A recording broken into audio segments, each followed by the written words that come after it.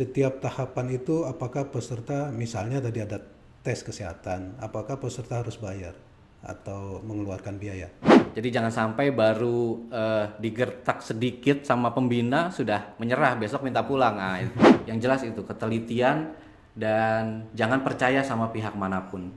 Karena percaya dengan teman sendiri kadang-kadang juga menyesatkan, Pak.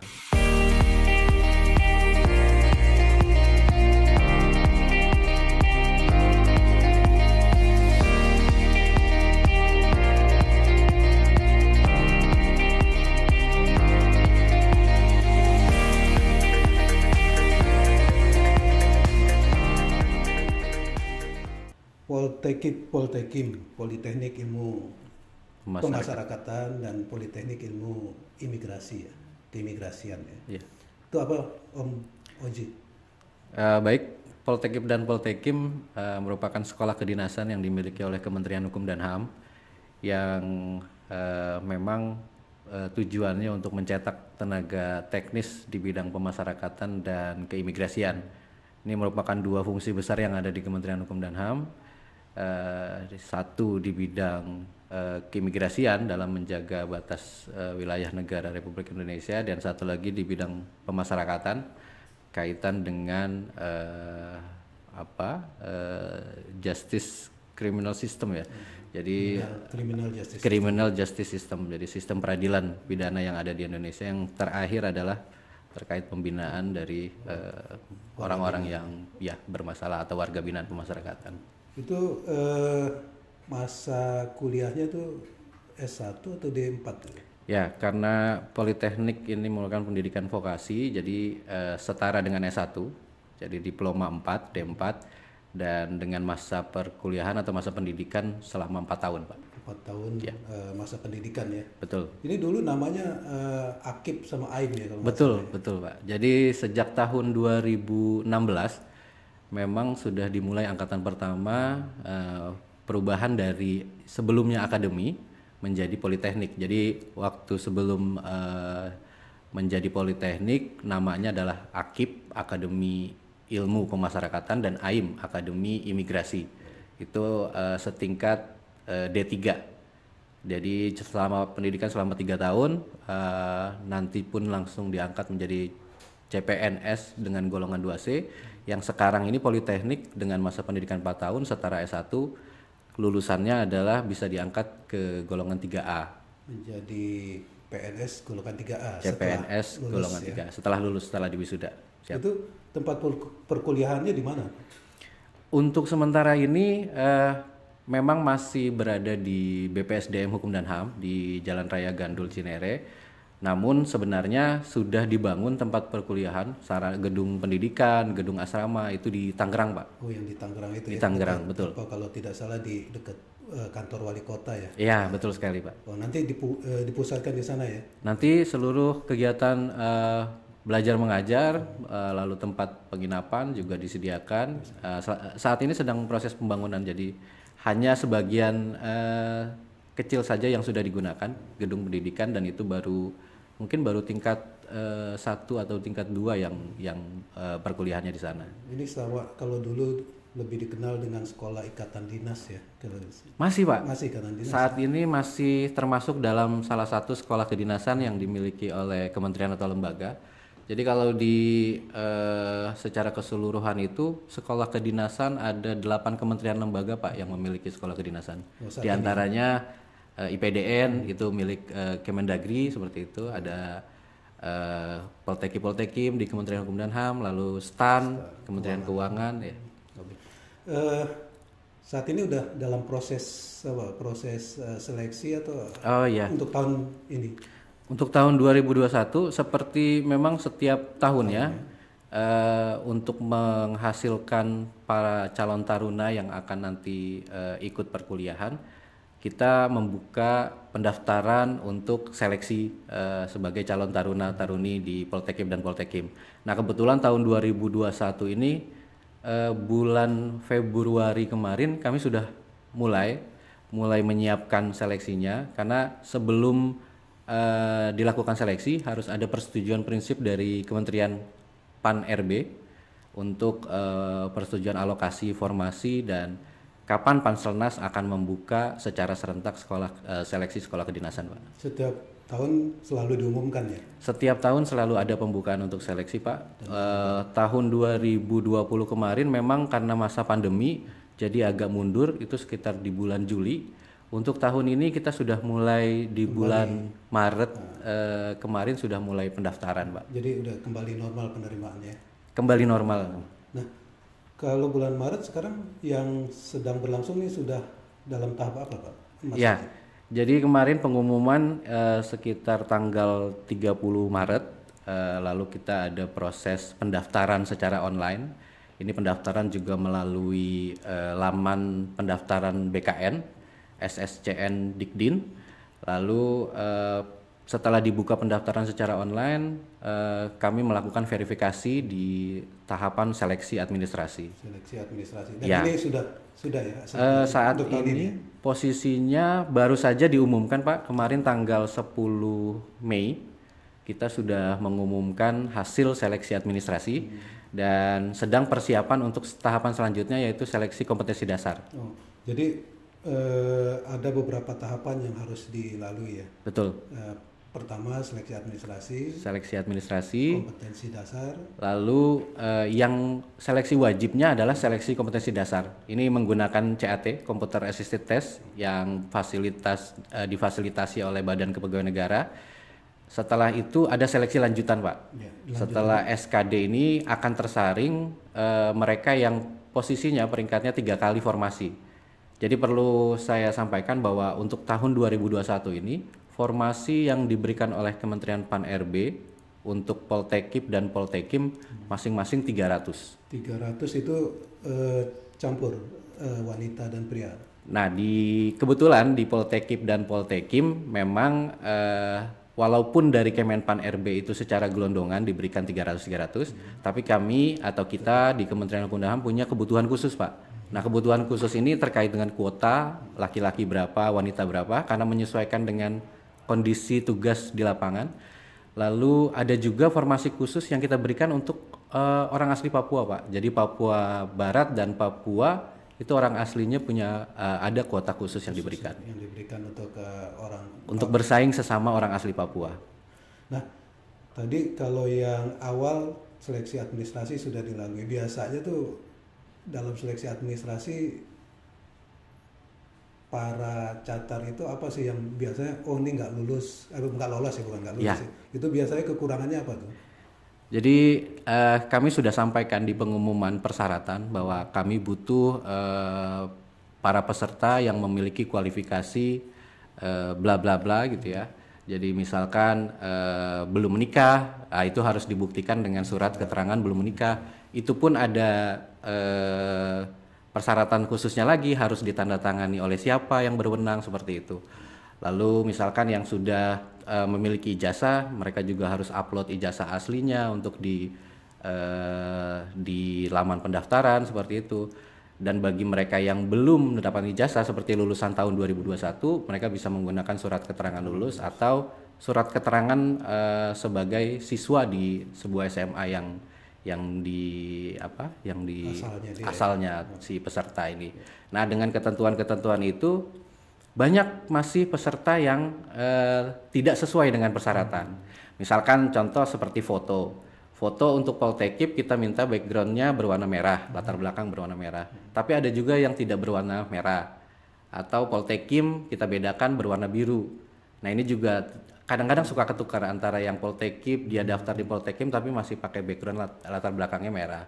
Ini pun tidak sesuai, Pak, karena nanti akan menyulitkan kami panitia pada saat mereka menunjukkan kartu ujian, sedangkan kartu ujiannya tidak sesuai dengan jabatan atau politeknik yang dia lamar. Yang dia lamar ya. Ya. Di samping itu juga kan dilihat juga mulai dilatih ketelitian mereka. Betul. Ya, merupakan bagian dari seleksi juga, ketelitian. Artinya dari seleksi administrasi tadi ada juga yang nggak lolos karena memang persyaratan yang sudah diumumkan panitia itu nggak terpenuhi. Betul, Pak. Gitu ya. Jadi untuk tahun ini pendaftar secara online itu sekitar 28.000 untuk kedua politeknik. Namun yang bisa lulus di administrasi, seleksi administrasi hanya 25.000. Jadi sekitar 3.000 yang tidak lulus administrasi. Tadi tidak lolos administrasi. Betul. Sehingga kemarin diumumkan 25.000. 25.000 yang akan ikut tahap selanjutnya. Nah, tahap selanjutnya ini kan SKD. Betul. Kompetensi dasar yang dibilang itu CAT ya, yang diselenggarakan oleh BKN. Betul, Pak. Nah, itu diselenggarakan di masing-masing daerah atau di Jakarta? Ini sudah kita lakukan selama masa pandemi ini. Jadi sebelum masa pandemi memang kita pusatkan semua pelaksanaan tes itu di Jakarta, Pak. Namun berhubung tahun kemarin pandemi dan mobilitas peserta dari daerah untuk masuk ke Jakarta sulit, kita laksanakan di 33 provinsi. Bekerja sama dengan BKN ya? Ya, ada beberapa kantor regional BKN yang tersedia. Apabila tidak tersedia pun seperti NTT dan Papua Barat ya. Karena Papua Barat ternyata fasilitas CAT-nya adanya di Sorong, sedangkan kantor wilayah kita adanya di Manokwari. Jadi kita buat mandiri, Pak, untuk dua tempat itu, NTT dan Papua Barat. Tentunya tetap dalam pengawasan BKN. Betul, pelaksananya tetap dari BKN, kita hanya memfasilitasi saja. Nah, kalau tadi di seleksi administrasi banyak kan ketidaktelitian, Pak. Katakanlah seperti itu gitu ya. Biasanya nih kalau di CAT di kompetensi dasar tuh apa sih yang panitia sering temukan gitu di lapangan tuh? Baik. Untuk kelulusan CAT atau SKD menggunakan CAT memang telah ditentukan oleh Panselnas terkait dengan passing grade, Pak. Jadi ada nilai ambang batas yang mesti dilalui atau dilampaui oleh para peserta. Jadi ada 3 sub item tes, ada TIU, tes intelijensia umum, ada TWK, tes wawasan kebangsaan, dan ada TKP, tes karakteristik pribadi. Masing-masing item ini, sub item punya passing grade masing-masing, Pak. Nah, kalau mengacu pada tahun kemarin 2020, karena passing grade tiap tahun berubah, tergantung dari keputusan Panselnas. Untuk tahun ini belum keluar, Pak. Jadi Passing grade-nya ya? keputusan Menpan RB terkait passing grade belum turun. Jadi kita kalau mengacu tahun kemarin itu di masing-masing item ini harus minimal harus terpenuhi. Gitu. Misalkan TIU ini misalkan ditentukan harus minimal 90, maka peserta itu harus melampaui dari angka itu. Kalau di bawah 90 otomatis dia sudah secara resmi gugur. Walaupun yang nilai-nilainya tinggi gitu ya? Betul, Pak, harus 3 item ini memenuhi nilai ambang batas. Tapi tidak hanya berdasarkan 3 item ini saja, ketentuan selanjutnya adalah bahwa yang bisa lolos tahap berikutnya ke tahap setelah SKD itu harus memenuhi peringkat 3 kali formasi, Pak. 3 kali formasi. Ya. Walaupun sudah lulus SKD. Walaupun sudah memenuhi nilai ambang batas, tapi tetap di ranking peringkat terbaik 3 kali formasi. 3 kali formasi yang tadi 300. Betul. Jadi diambil sekitar 900. 900 untuk tiap politeknik. Oke, politeknik masing-masing ya. Masing-masing.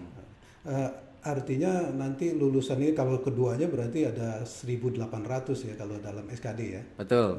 Betul. Nah, memang menarik nih di SKD. Saya pernah ikuti melihat kan ini terbuka di YouTube juga. Betul. Ada orang yang sudah detik-detik terakhir dibetulin Ya, dikoreksi. Koreksi akhirnya dia turun gitu kan. Turun. Jadi tidak memenuhi passing grade. Iya, ada juga yang naik gitu ya. Betul, Pak. Dan ini katanya butuh persiapan mental gitu ya, kesiapan fisik juga gitu untuk mengikuti CAD ya. Selain memiliki keintelijensia yang tinggi ya, artinya kemampuan untuk mengerjakan soal, memang peserta juga harus bisa memanage waktu, Pak. Karena waktu yang ditentukan sangat terbatas, sedangkan mereka harus bisa mengakali mana soal TIU yang harus mereka capai, mana soal TWK yang mereka harus penuhi, mana yang TKP yang harus. Jadi kalau berfokus hanya pada TIU saja, sedangkan yang 2 sub itemnya di bawah passing grade ya sudah otomatis tidak akan lolos. Walaupun sudah lolos karena banyak yang daftar, kita juga nantinya di Kementerian Hukum dan HAM membatasi 3 kali formasi tadi. Itu di ranking lagi ya? Betul, Pak. Di ranking semua. Oke. Setelah lulus CAT tadi gitu kan ada tahap-tahap penunjang lagi gitu. Itu apa aja tuh, Om Oji? Jadi untuk di seleksi sekolah kedinasan memang kita menggunakan sistem gugur, Pak. Jadi kalau sudah lulus di CAT, di SKD, ada seleksi-seleksi lanjutan berikutnya yang ini sifatnya sudah teknis dan itu juga menentukan sekali apakah peserta ini bisa lanjut ke tahap selanjutnya sampai di tahap akhir. Jadi setelah SKD itu kita laksanakan tes kesehatan. Gunanya memang memeriksa kesehatan secara umum saja, karena di tahapan selanjutnya mereka yang lolos kesehatan mengikuti tes kesamaptaan. Jadi jangan sampai yang ikut tes kesamaptaan nanti pada saat ikut tes terjadi sesuatu hal karena kesehatannya ada yang bermasalah. Makanya di tes kesehatan. Ini pun tes kesehatan sesuai dengan persyaratan yang telah kita umumkan, Pak. Jadi ada beberapa kriteria di kesehatan ya, misalkan tidak buta warna, tidak tuli, lalu tidak cacat secara fisik dan mental. Karena untuk menjadi seorang taruna memang ada kriteria khusus di jabatan itu yang memang kita tentukan sesuai dengan pengumuman yang kita tayangkan seperti itu.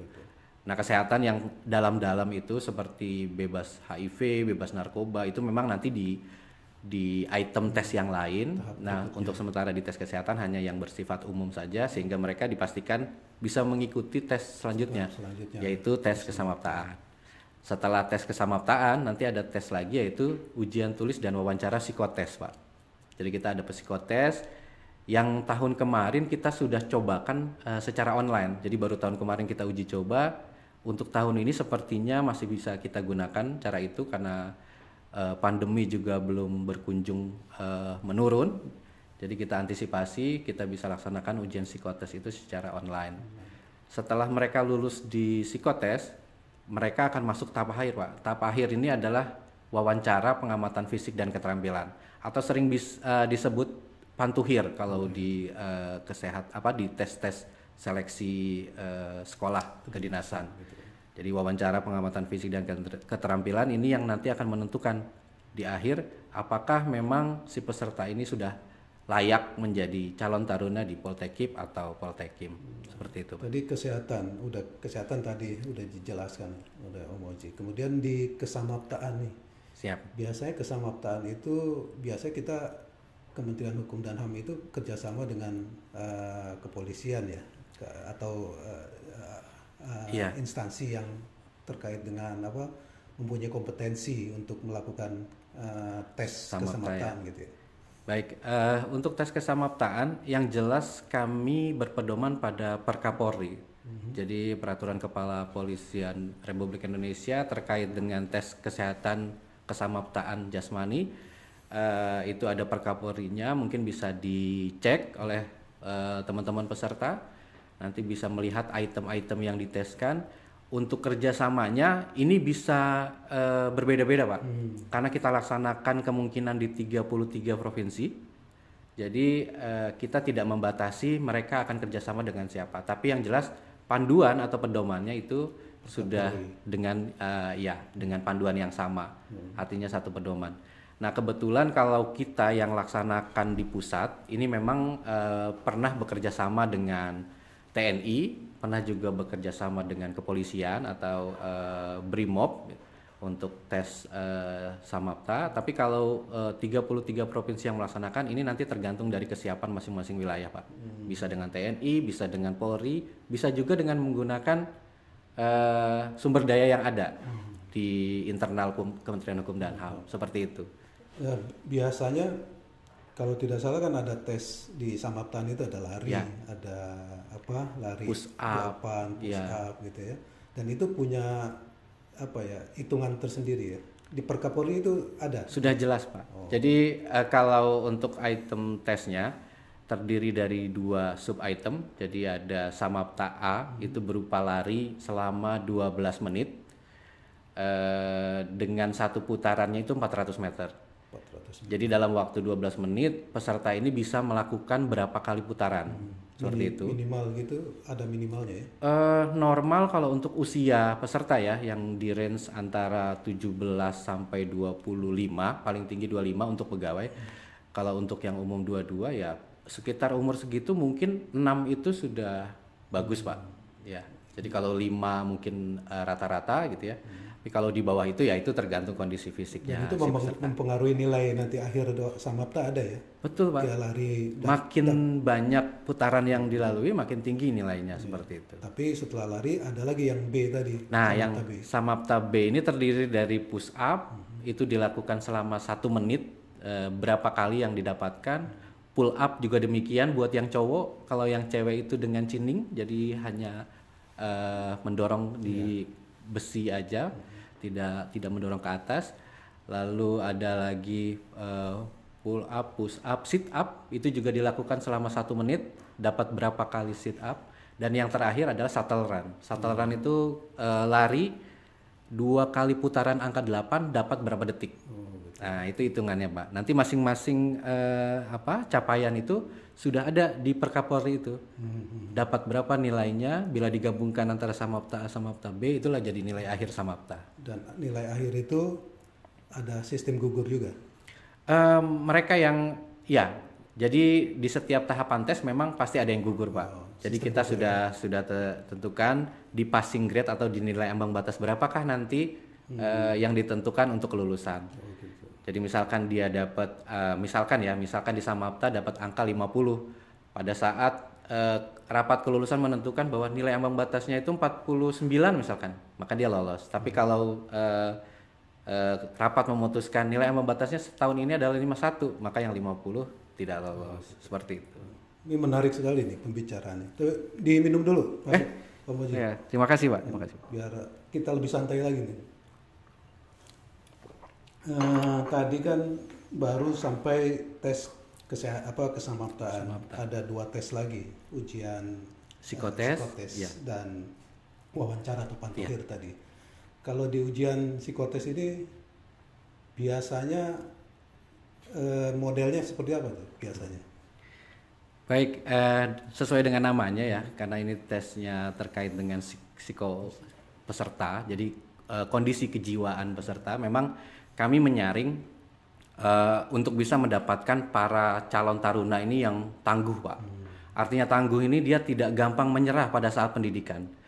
Karena boleh dibilang ada pendidikan fisik juga yang dilakukan di Poltekkip maupun Poltekkим, dan ini memang butuh ketahanan mental atau ketangguhan peserta yang tinggi. Jadi jangan sampai baru digertak sedikit sama pembina sudah menyerah, besok minta pulang. Nah, ini yang kita saring, Pak. Ada beberapa juga yang kita saring terkait dengan misalkan ketaatan atau kepatuhan si peserta ini terhadap aturan yang ditentukan. Jadi ada juga yang di psikotes ini tersaring bahwa nanti pada saat ini diluluskan, ini nanti dia itu tidak patuh terhadap aturan seperti itu. Atau orangnya sudah terindikasi indisipliner. Apalagi kalau sampai ketahuan orang ini bukan NKRI, wah bahaya sekali itu, Pak.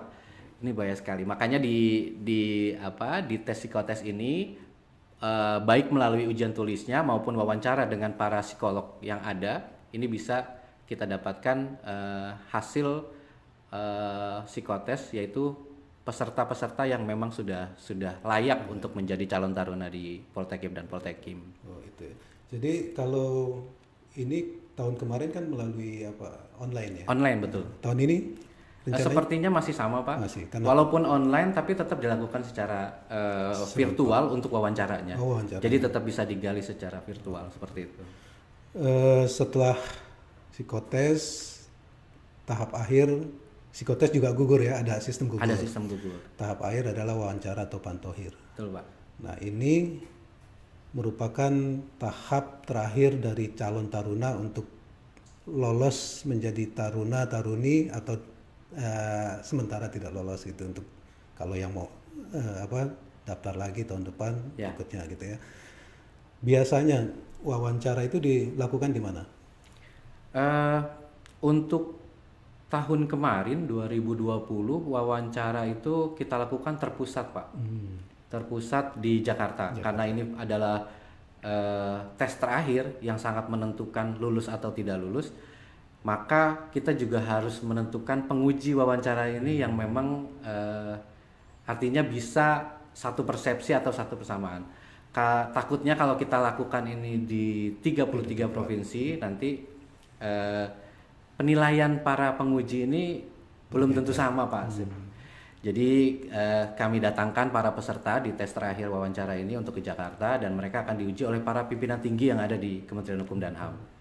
Nah itu mereka biasanya dilakukan di BPSDM. BPSDM itu yang di Iya, Cinere ya. di Cinere. Artinya peserta yang sudah lolos psikotes dikategorikan lolos psikotes wajib mengikuti wawancara di BPSDM. Betul, betul Pak. Kalaupun dia dari daerah ya harus datang gitu ya. Siap.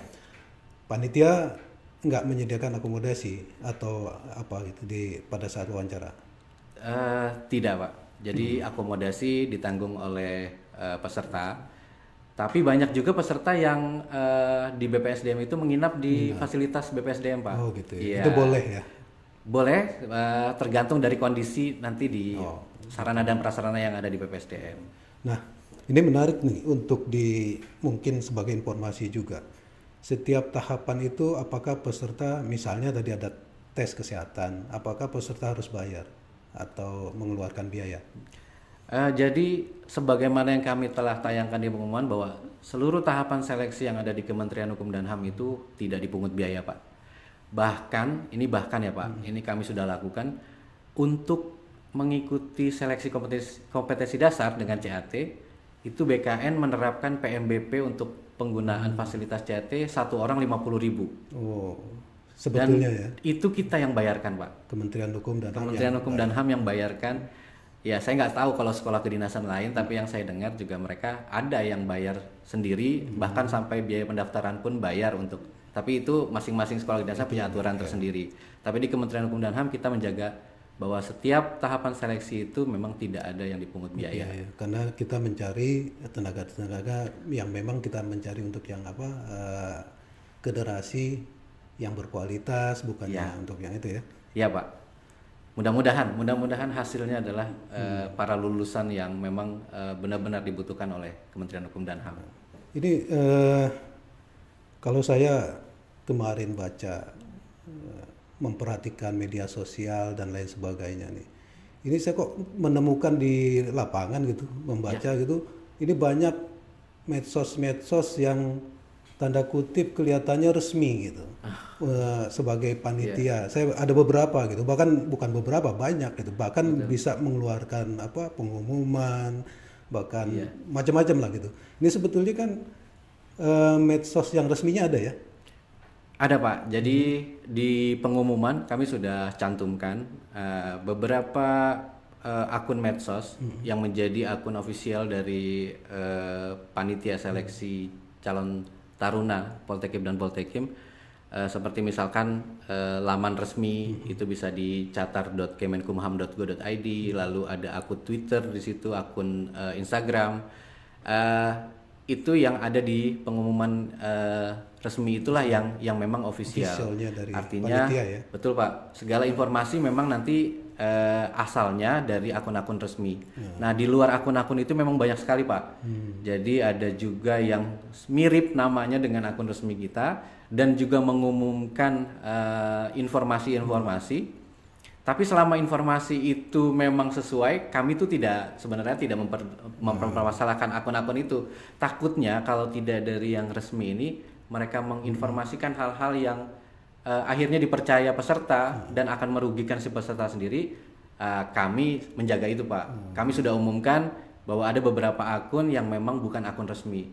Jadi kami tidak bertanggung jawab selaku panitia seleksi apabila ada informasi yang diterima peserta tapi bukan dari akun resmi yang kami rilis seperti itu. Ini artinya adik-adik calon taruna ini harus jeli juga ya. Betul Pak. Harus baca pengumuman yang resmi dari Kementerian Hukum dan HAM. Ya tadi seperti disebutkan bahwa kalau informasi membantu menyebarkan informasi silakan saja kan gitu. Siap. Hanya memang ada beberapa akun, ini laporan aja gitu kan. Ya. Ada beberapa akun yang akhirnya dibuat untuk ya tanda kutip untuk mencari uang dan lain sebagainya. Ini masyarakat harusnya juga jeli juga ya kan gitu. Karena yang saya tahu bahwa Menteri Hukum dan HAM, kemudian Pak Sekjen juga selalu menyampaikan ke masyarakat bahwa penerimaan catar ini tidak ada main-main gitu ya. Betul, Pak. Nah, itu bisa disampaikan mungkin. Ya, sesuai komitmen bersama memang pimpinan juga panitia seleksi dan di pengumuman juga secara terus-menerus kami informasikan bahwa kami tidak bertanggung jawab apabila ada oknum atau pihak-pihak yang menawarkan bantuan untuk bisa meluluskan. Karena kami tegaskan kembali bahwa seluruh tahapan seleksi ini merupakan hasil dari kemampuan peserta sendiri. Tidak ada satu orang pun yang bisa menjamin para peserta ini bisa lulus sampai akhir, kecuali memang prestasi para peserta sendiri. Jadi apabila ada pihak-pihak menawarkan seperti itu adalah sebuah kebohongan dan bukan tanggung jawab dari panitia. Seperti itu, Pak. Orang-orang mencari kesempatan biasanya kan gitu. Betul, Pak, betul. Ya. Baik. Terakhir mungkin Om Oji nih, ada pesan ataupun kiat-kiat yang perlu disampaikan kepada adik-adik kita calon taruna-taruni. Baik, kunci kesuksesan sampai dengan mengikuti tahapan akhir adalah ketelitian, Pak. Dan informasi, semua informasi yang ada, kami juga buka layanan pengaduan melalui WhatsApp, itu bisa digunakan oleh para peserta. Yang penting peserta itu membaca dengan teliti semua pengumuman yang dirilis oleh panitia. Jadi dari mulai pengumuman seleksi pertama, lalu pengumuman tahapan hasil seleksi, itu ada panduan semua, Pak. Apabila kurang jelas, teman-teman bisa gunakan akun medsos kami atau bisa gunakan layanan pengaduan melalui WhatsApp. Itu kami akan 24 jam ya secara terus-menerus juga membantu untuk membantu menginformasikan atau menjawab pertanyaan dari para peserta. Yang jelas itu ketelitian dan jangan percaya sama pihak manapun. Karena percaya dengan teman sendiri kadang-kadang juga menyesatkan, Pak. Karena mereka bersaing. Iya, Takutnya ada teman yang tidak ada saja yang begitu. Iya, menyesatkan. Seperti di dokumen administrasi itu banyak yang menyesatkan, Pak. Jadi banyak yang tidak upload sendiri, minta bantuan upload temannya, tapi yang diupload salah.